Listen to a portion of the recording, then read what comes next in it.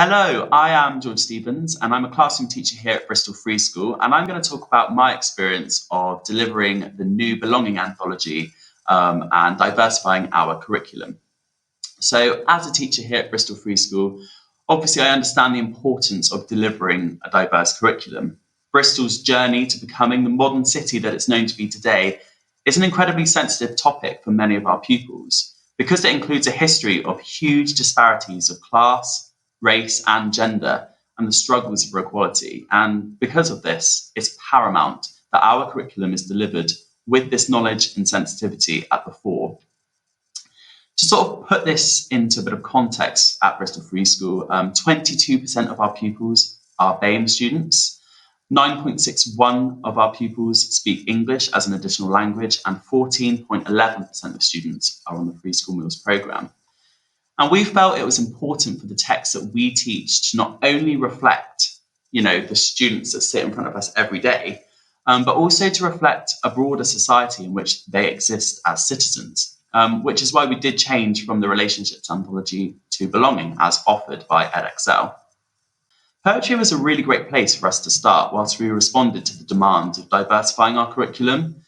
Poetry as a topic provides for discussion of large concepts, themes and important issues in discrete segments, and therefore a more diverse anthology immediately provided the opportunity for learning about a variety of cultures to happen instantaneously. So the first poem we taught here was Jamaican British, and students were immediately seeing an aspect of culture that they had never seen in English lessons prior to that. So I think that's fantastic. Running throughout the anthology is a theme of memories.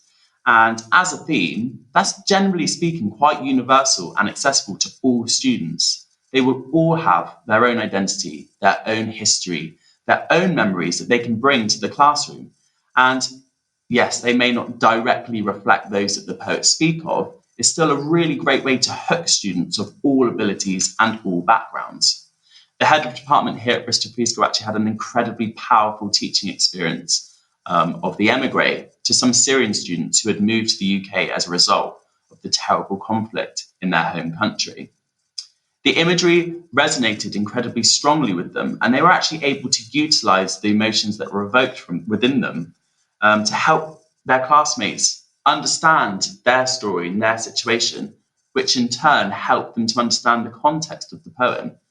And I think that isolated incident not only cultivates a positive learning environment, but the social development and growth that it promoted is invaluable.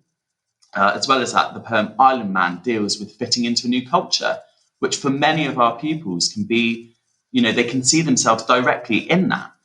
They might have first-hand experience in that. And not only that, but it's an opportunity for all students to gain insight as to what many people in Britain experience, which once again develops their knowledge of a wider society and develops their knowledges of cultures outside of their own potentially.